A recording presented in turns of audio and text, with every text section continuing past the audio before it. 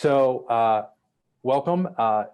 For everybody who does not know Luke and Ashtyn, Haynes, Luke and Ashtyn, if you can introduce yourself, how long you've been in private practice, where your practice is at, that would be a great start. Sure. So we've been in private practice starting in probably 1997. So 25 plus years. We're located in Weatherford, Texas. We are right outside of the Dallas-Fort Worth Metroplex, probably a 20-minute outside. So we're a little bit less of the urban type of a practice, but we still, as our area grows, we're getting there. We have been through lots of ups and downs over the years. We've seen great times. We've seen terrible times. One of the best things that we have done as a practice is reach out to Chad in the Breakthrough Group right at 2 years ago. And we can talk more about it, but it has been a game changer for us. Thanks, Luke. Anything to add there, Ashtyn? I have not been with the practice since 1997. I joined the team about 11 years ago, and I started out as a rehab tech and worked my way up to co-owner. So nice, thank you. And Jeff, same thing. Yeah, actually been in business with one of my partners in outpatients since I left school in 1987. Our current entity, as it's known, was formulated in 2003. So technically, we've been in business together since 2003, operating as a chief therapy and fitness. We're based in Eastern North Dakota and Western Minnesota, with currently 8 locations. Number of those are small operations. One where we have one therapist in rural communities. Great. So the main thing that we're going to be talking about here for everybody that's watching right now is helping your team transition over to direct to consumer, because there's change. You know, we're playing Who Moved My Cheese here, and you get some maybe some resistance or recalcitrance. That happens to all of us, right? And by the way, for everybody watching, if you have any questions for Luke, Ashtyn, or Jeff, you can just type those in the Q&A, and we will have some time here at the end. So Luke and Ashtyn, want to start with you.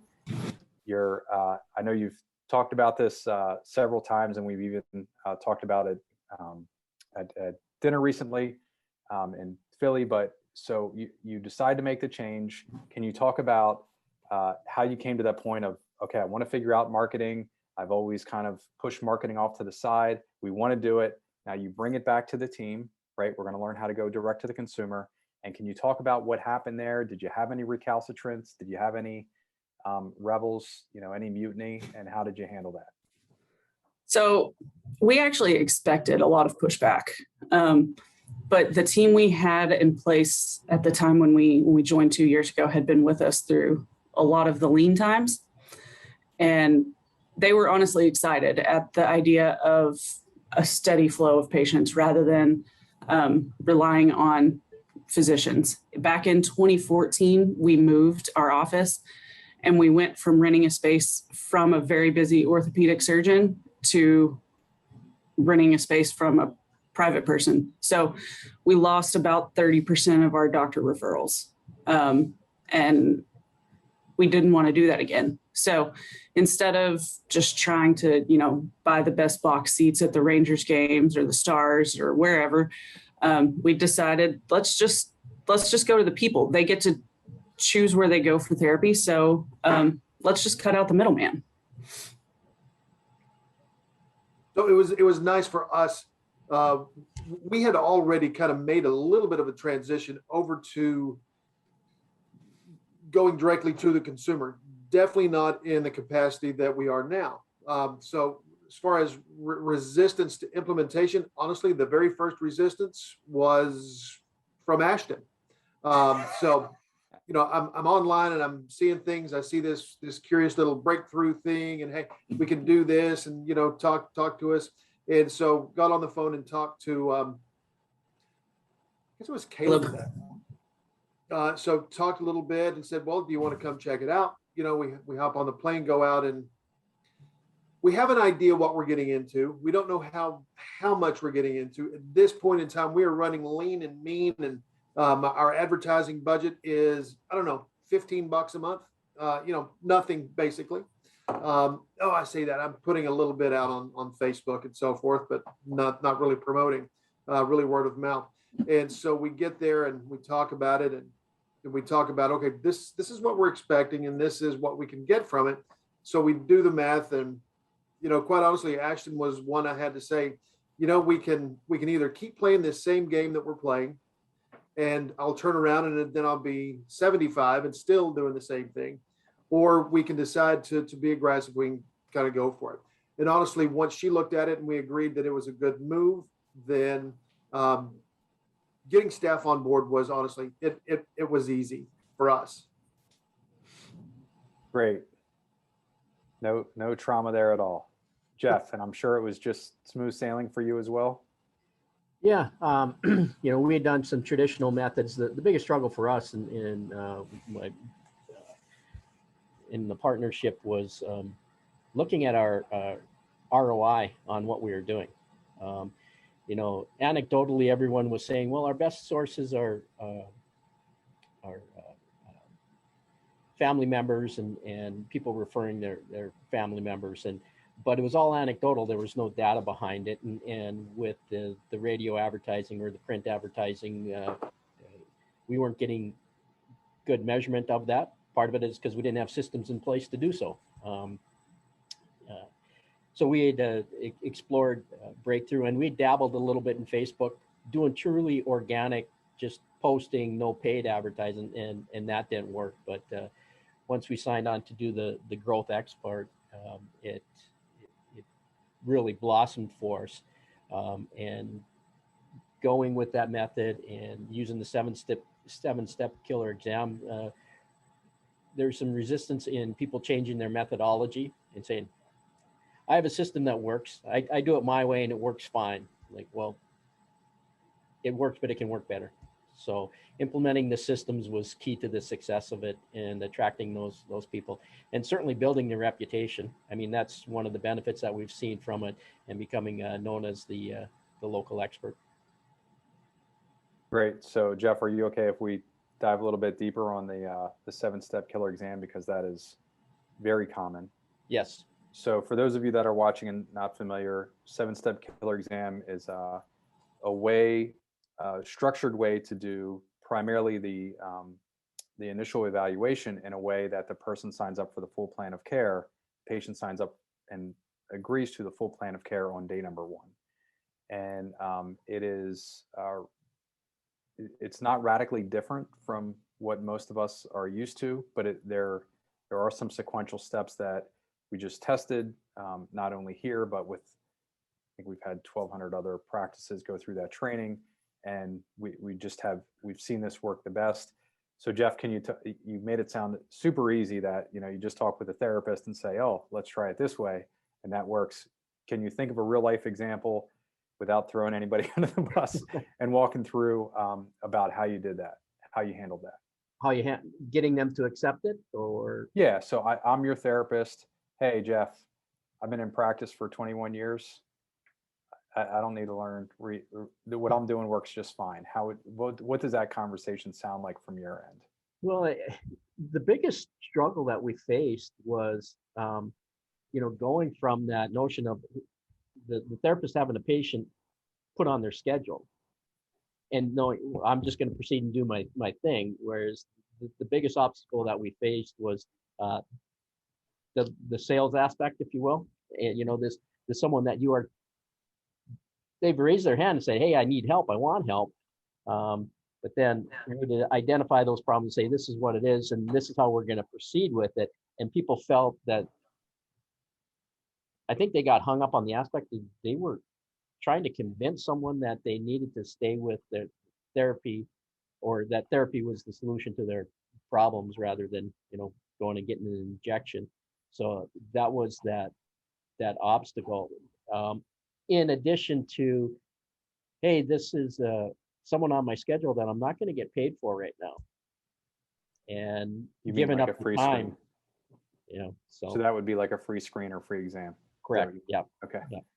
Got Yeah. it. I'm sorry. Yeah. With the pre-screen. So, but yeah, the other was, just getting them to follow the steps and all the steps, not just taking parts that they wanted to do, but following that whole sequence, because we're finding as we grow, the only way we can grow efficiently is implementing those steps that can be carried through with every clinician and with every facility.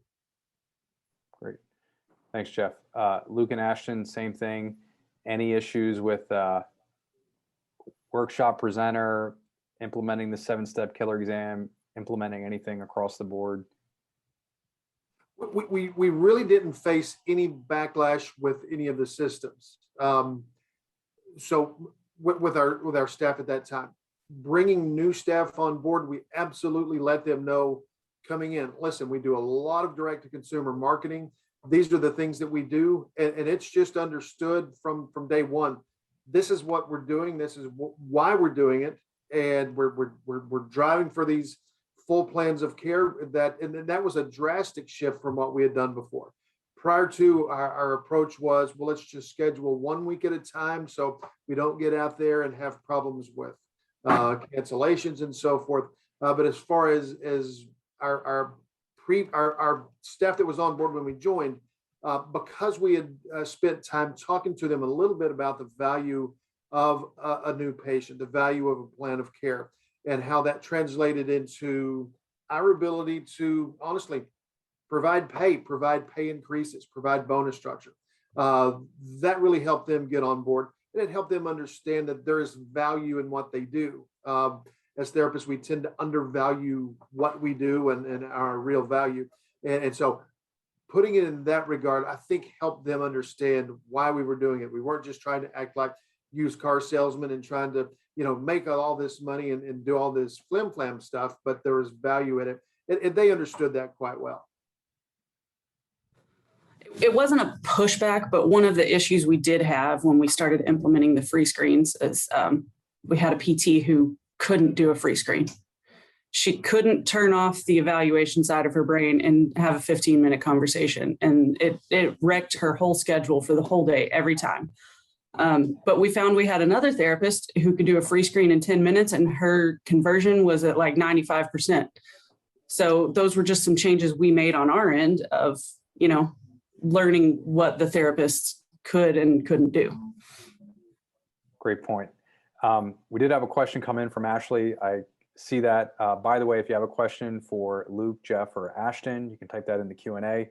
One more question for you. We'll start with you, Luke and Ashtyn. Go back 2 years. So like before and after, you talked about, losing 30% of your referrals overnight, going through that process and the feeling of vulnerability that you had. What does your practice look like today? What does the future look like? How are you thinking about the remainder of 2021 here in 2022? Let you take that. Okay. So like you said, we relied heavily on physician referrals before, and there was just no certainty. Now, as long as we do what we're supposed to do and follow the systems, we know where our patients are coming from and we know they're going to come. We know how to handle the slow seasons because we all know we have them. So the future is looking amazing. I had a goal for Q4 of 2021 at one of our offices to be seeing 300 patient visits a week. We beat that in Q2, and we're now at 325 a week steadily. So it's rocking and rolling. Things are going well. As long as we do what we're supposed to do and we stay focused, then it's automated. We opened a second location in March of 2020. Horrible time to open a new location. However, we really weren't concerned about the impact that COVID was having. Here we have fewer restrictions throughout the whole process than most of the country. But we knew that once the pandemonium settled down a little bit, our referrals, our new patients were going to come. It was just a matter of us implementing what we had to do, like Ashtyn said, and then that part was there.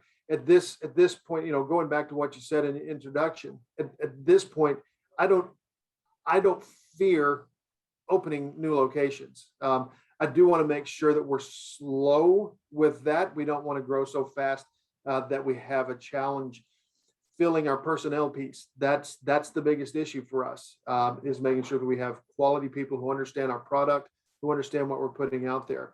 And one of the bigger things is continually assessing the systems that we have put in place. Are we doing this well enough? So, for example, right now, everybody I know here in Texas, everybody is taking the biggest vacation they've ever taken in their lives because they haven't done anything in 18 months. So as a result, we've seen a small dip in our numbers. So we see that in our metrics, but we really start to dial in and look at that. But with the system, it's given us the opportunity to look at that information. Whereas before, we just, patients show up, we treat them, we try to be the best therapist ever, but really never take a close look at what it's doing as a business. And for me, that's one of the biggest takeaways that we get is looking at it as a business. Yes, it's a PT business, but at the end of the day, we're looking for profit. We're looking for revenue. We're looking for those things that make this a success. Thanks, Luke. Same question, Jeff. Before and after, you had a plan to expand a few years ago. Can you talk about what life is like now with the direct-to-consumer marketing and how that works into your plan moving forward? Yeah,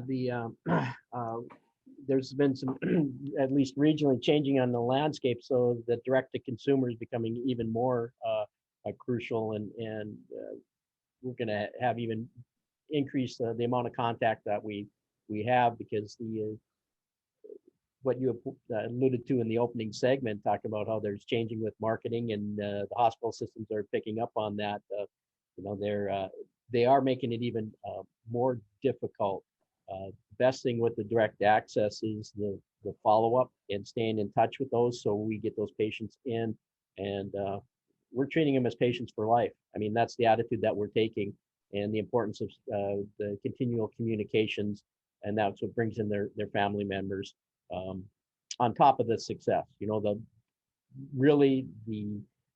whole underlying success of it is driven by the quality care that's delivered by our staff, and so the training aspect of the clinical skills is crucial to that. Not only feeds into the system, but we've had changing landscape, and things have changed here just within the last month, and we're facing some greater challenges.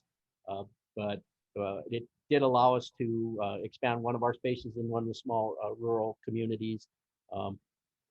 We had the targets that we had for growth leading into the COVID thing.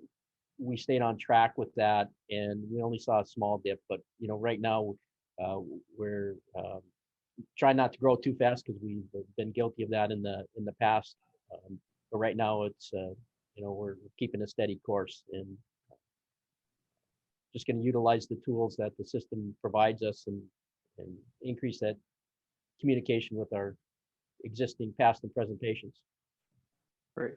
Thanks, Jeff. Love what you said there about therapist for life, being the patient's therapist for life. That's great. The question from Ashley, Jeff and Luke, are you cash pay only, or do you also take insurance? Yeah, so we're definitely insurance. We'll take insurance. We do cash pay. Whatever we can do to accommodate the patients. So we do both. We do as well. We're increasing our cash pay just with the growth of higher deductibles and out-of-pocket expenses, and people not wanting to. They want to stay with us and not go. They're willing to pay out-of-pocket so that they receive our care and not have to go to someone who's in network for them. But yeah, we're primarily insurance. We happen to live in a part of the country where we have great payers. Yeah, great. Thank you both for that. I'll do a quick public service announcement. There is a talk a lot with private practice owners, not just within PT, that have this mental block of, that taking insurance, accepting insurance is a different set of rules than cash pay. And I can tell you from a marketing standpoint, most of the principles that we share originated in cash-based services. Because if you can sell a cash-based service, then an insurance should just be lower hanging fruit. Like it just makes it easier. The unfortunate thing that I know both of you are, or everyone here is facing as well, is now we have $5,500 deductibles and $75 copays per visit. So, you know, in our practice, we're over $1 million a year in cash collections. So it's very much the same principles apply. It's not, there's not two different rules, you know, one for insurance based and one for cash pay practices.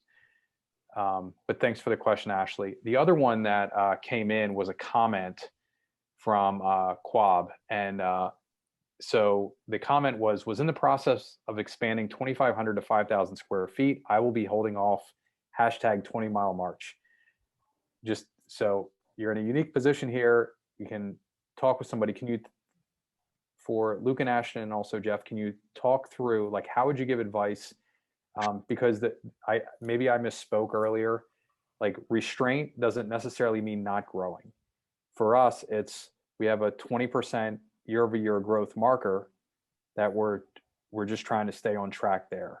So if that means that we have to open a 7th clinic, which we've already started planning, then we're going to be doing that. We're going to be proceeding forward. However, I'm not going to say, hey, next year we're going to open 6 more clinics, right? That was the intention there. But for anybody here, any advice for Quab as he's thinking about expanding? How would you think through that? How would you do that in terms of it going from 2,500 to 5,000 square feet? Well, I can address that a little bit. For me, what that would look like would be, what is my current staff utilization? Have I maximized those folks up to a level that they should be? In my 2,500 square feet, have I utilized that space well enough? Am I leaving? And in that regard, how am I doing with my debt, with my cash flow, am I taking some profit already?